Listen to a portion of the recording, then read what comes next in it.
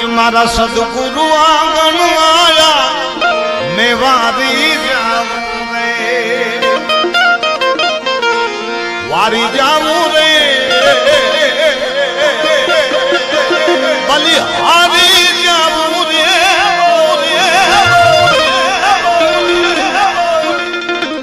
વારી જાવું રે બલિહારી જાવું રે આજ મારા બાપુ કણીરામ આંગણ આયા મેં વારી જાવું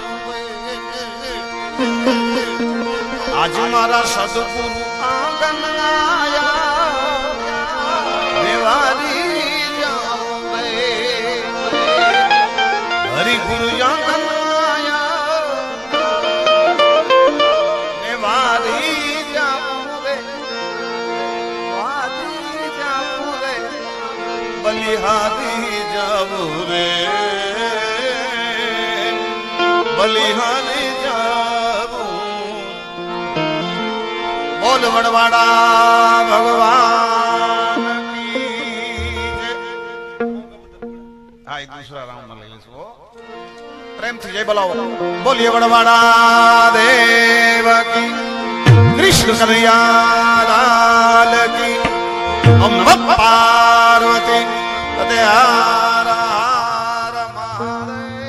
ગૌરવ દેવરાજભાઈ ગઢવી એટલે કે નાનો ડેરો એમના સ્વાગત માટે હું ભુવાજીને વિનંતી કરીશ સ્ટેજ ઉપર જ આપ દેવરાજભાઈનું સ્વાગત કરો અને સ્વાગત માટેની સાલો વનરાજભાઈ આપણે થોડું સ્વાગતનો દોર જેટલો ઝડપથી રાખીએ એટલો બીજો આપણને ટાઈમ મળે સ્વાગત એ આપણી પરંપરા છે એટલે એને પણ હારે હારે રાખીશું પણ થોડા ઝડપથી ખૂબ ધન્યવાદ તાળીઓથી આપણે વધાવીએ સુરેશભાઈ રબારી છે હાજર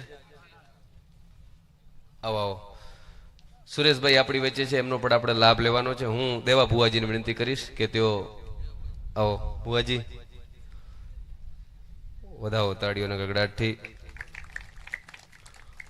આપણી વચ્ચે ભલા ભુવાજી ઉપસ્થિત છે શાંતિબેન રબારી સમાજનું ઘરેણું છે એમના ભજનિયાઓ લોકગીતો આપણે સાંભળવાના છે માણવાના છે ત્યારે એમનું સ્વાગત કરીએ આપણે ભુવાજીને વિનંતી કરું કે શાંતિબેનનું સ્વાગત કરે ભલા ભુવાજી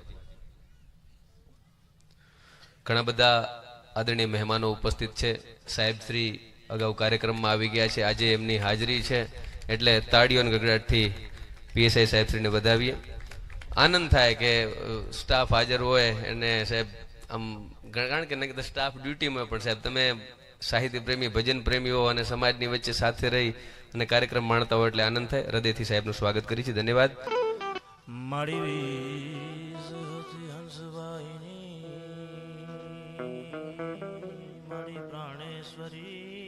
પ્રાણદાય પણ નમો વાયુ ભૂતાય સ્થાનમ ભયાનમ જટામાહી ગંગા જલકે પ્રમાણમ એત્રય નેત્ર જ્વાલા જલ ચંદ્ર બાલમ વિષમ કંઠ માલા જુલે રૂઢ માલમ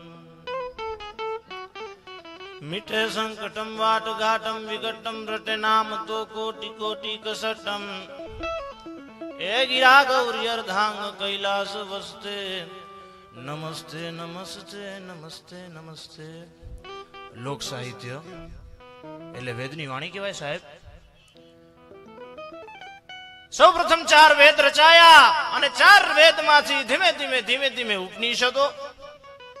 ઉપનિષદોમાંથી ધીમે ધીમે અરણ્યકો અને છતાં માણસના જીવનમાં સમજણની ખોટ હતી અને માણસ પૂરેપૂરા વેદને સમજી નહોતો શકતો તો સાહેબ કથા સાહિત્ય અને સંતવાણીનું સર્જન થયું આપણી વચ્ચે પણ સંતવાણી સાહિત્ય શું છે જોકે વાત તો ઘણી કરવી હતી પણ જે મારે અહીંયાથી પ્રસંગ રજૂ કરવો છે જે પ્રસંગ લઈને આવ્યો છું એ હું રજૂ કરીશ અહીંયાથી કે આ ગાળામાં આ કળયુગમાં જે પ્રેમ થાય છે ને 200 વર્ષ 300 વર્ષ પહેલેની આ ઘટના ઝવેરચંદ મેઘાણી પોતાના સૌરાષ્ટ્રની રસધારના 5મા ભાગમાં દેહના ચૂરા કરીને એક વાર્તા લખે છે હું તમે આખું આજે કચ્છ છે એનું એક બાળે એવું નહીં હોય કે જેને એની દુહાની ખબર ન હોય એવો દુહો સાહેબ આપણી સામે રહેલો છે પણ એને અંદરના મરમને નથી જાણતા આપે તો વિચાર તો કરજો કયો દુહો, કઈ વાત, શું છે આ? તો વાત છે ભાવનગરની. સાણાનો ડુંગર. અડધી રાતનું બરાબર ટાણું થયું છે અને લાકડીના ટેકે એક રબારી ભેખડ ઉપર બેઠો બેઠો માતાજીની ચરજું ગાય છે.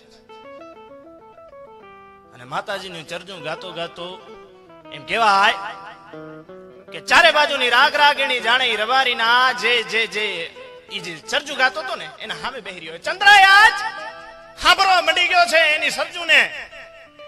પણ એની ચરજું જેથી અડધી રાતના ગજર ભાંગ્યો હતો અને એની જે ચરજું હતી એ ચારે બાજુ મધરાતે જ્યારે ફેલાતી હતી ત્યારે એ ચરજુનો ધીમો ધીમો ધીમો ધીમો ધીમો ધીમો હાડ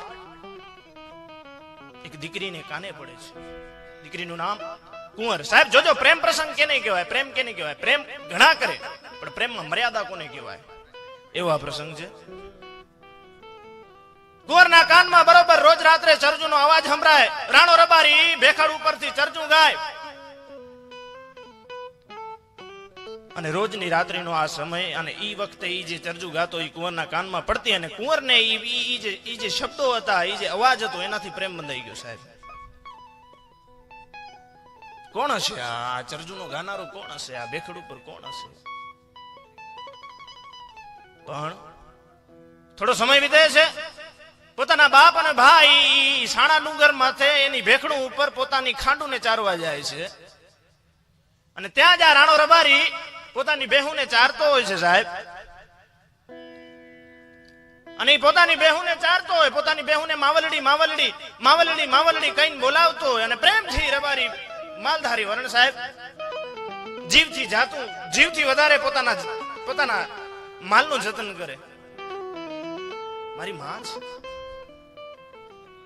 પણ વખત વીતે છે. કુંવરના બાપ અને ભાઈ જયારે એની હારે એની હંગાથે પોતાને ખાંડું ચરાવતા હતા, બરાબર એ વખતની વાત છે. કુંવરનું રોજ બાથું લઈને જવું અને રાણાનું ત્યાં ઉપસ્થિત હોવું. ધીમે ધીમે વખત વીતતો જાય છે. બે આંખો ચાર થાય છે. તું મને લાગી મુમના, મુમને લાગી તું, પછી લૂણ વણું ભ્યા પાણી ને પાણી વણ્યું ભ્યા લૂણ, એવો હેત બંધાઈ જાય છે. સાહેબ હવે ઘટના સાંભળજો.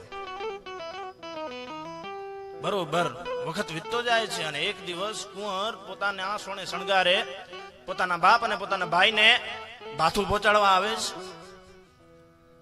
અને રાણાને એમ થાય છે આજે કુંવર આટલી બધી શણગારાઈને આવી છે, મને લાગે છે મારા માટે એને શણગાર સજ્યા હશે. અને ઈને એમમાં રાણો બે રોટલા હેલા ખાઈ જાય છે, ગાડાના પૈડા પૈડા જેવા રોટલા.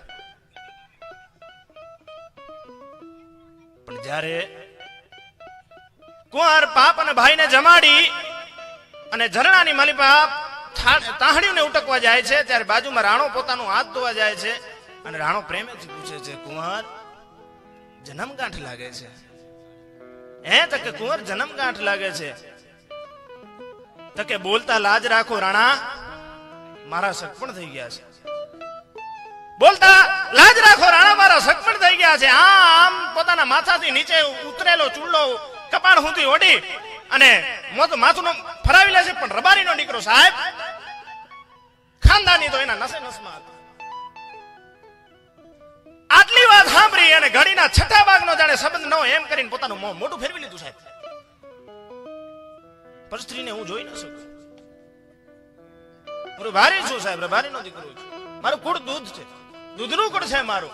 છાસ માખણ કી છેવટે જેની હાલત હણકી હોય પણ કદી કાળા ન હોય, જેના કુળ દૂધડિયા કાગડા, એવું દૂધનું કુળ. કેવું દૂધનું કુળ? તો કે દૂધમાંથી દહીં બનાવો, દહીંમાંથી છા બનાવો, છામાંથી માખણ ને માખણમાંથી ઘી બનાવો. આટલી બધી કાસ્ટી દો તો દૂધ પોતાની જે ધોળાશ છે, પોતાની સફેદાઈ છે, એ નથી મૂકતું. હું ઈ કુળનો છું. પણ બધા સંબંધો મૂકી રાણો ત્યાંથી વયો જાય છે. પણ શું કરે સાહેબ, હૃદયનો ઘા હતો એને કોરી ખાય છે. અને ભેખડની માથે ઉભો ઉભો બધું જોવે છે. જાન આવે છે, જાન જાય છે, બધું જોતો રહે છે.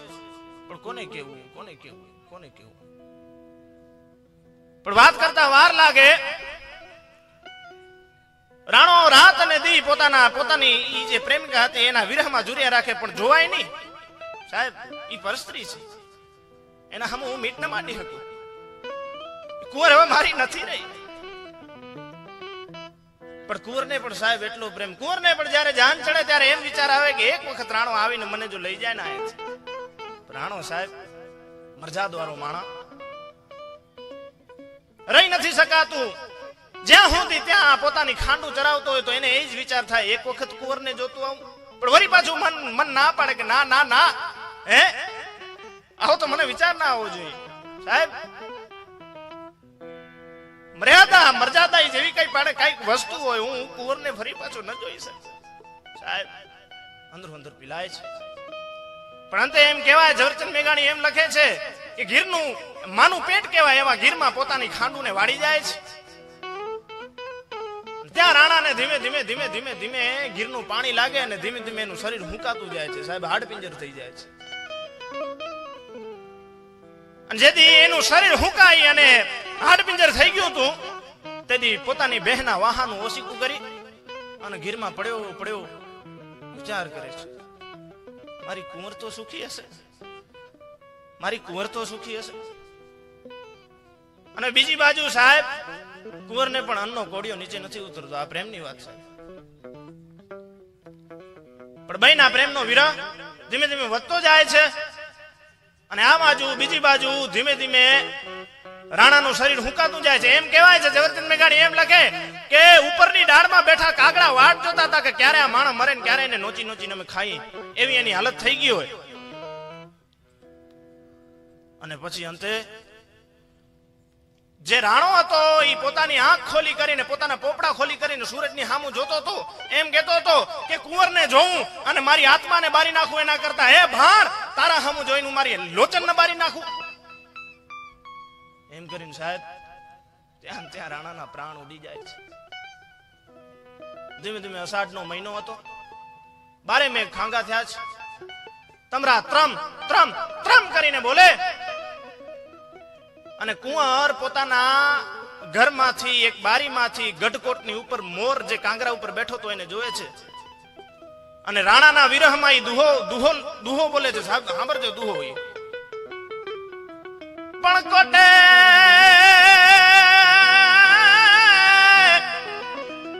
એજી કોટે મોર ટહુકિયા દોડ ચમકી વીજ મારા રુદાને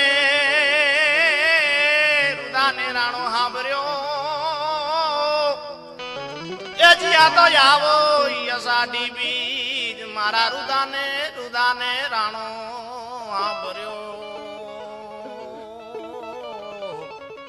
અરે જોને આવો અષાઢી બીજ. સાહેબ આ મરમ રહેલો છે દુહાની પાછળ. તમે વિચાર તો કરો, રાતની ગવાતા દુહા પાછળ, એક એક દુહા પાછળ ઊંડા ઊંડા મરમ રહેલા છે. એક એક લોકગીત પાછળ ઊંડા ઊંડા મરમ રહેલા છે. સાહિત્યનો અર્થ એવો નથી કે કોકના નાતના વખાણ કરીને વયું જવું, પણ સાહિત્યનો અર્થ એવો છે એ દુહાની ખાણને ઉકેલી ઉકેલીને માણસ સામે રજૂ કરવી.